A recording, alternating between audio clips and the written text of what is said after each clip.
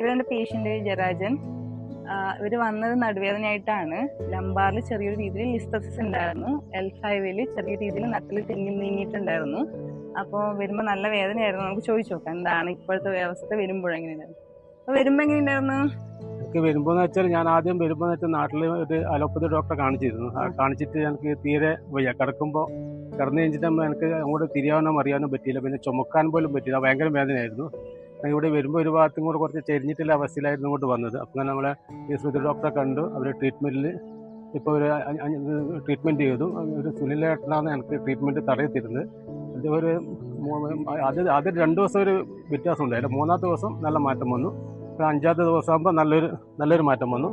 എന്ന് വെച്ചാൽ അങ്ങനെ നടക്കാനും ഒരു ബുദ്ധിമുട്ടില്ല. ഇവിടെ വരുമ്പോൾ മണങ്ങാൻ പോലും പറ്റാത്തൊരവസ്ഥയായിരുന്നു. ഇപ്പം നല്ല മാറ്റമുണ്ട്. ഇപ്പോൾ ഒരു പഴയ സ്ഥിതിയിൽ തന്നെ എത്തിയിട്ടുണ്ട്. സ്ഥിതിയിൽ തന്നെ എത്തിയിട്ടുണ്ട്.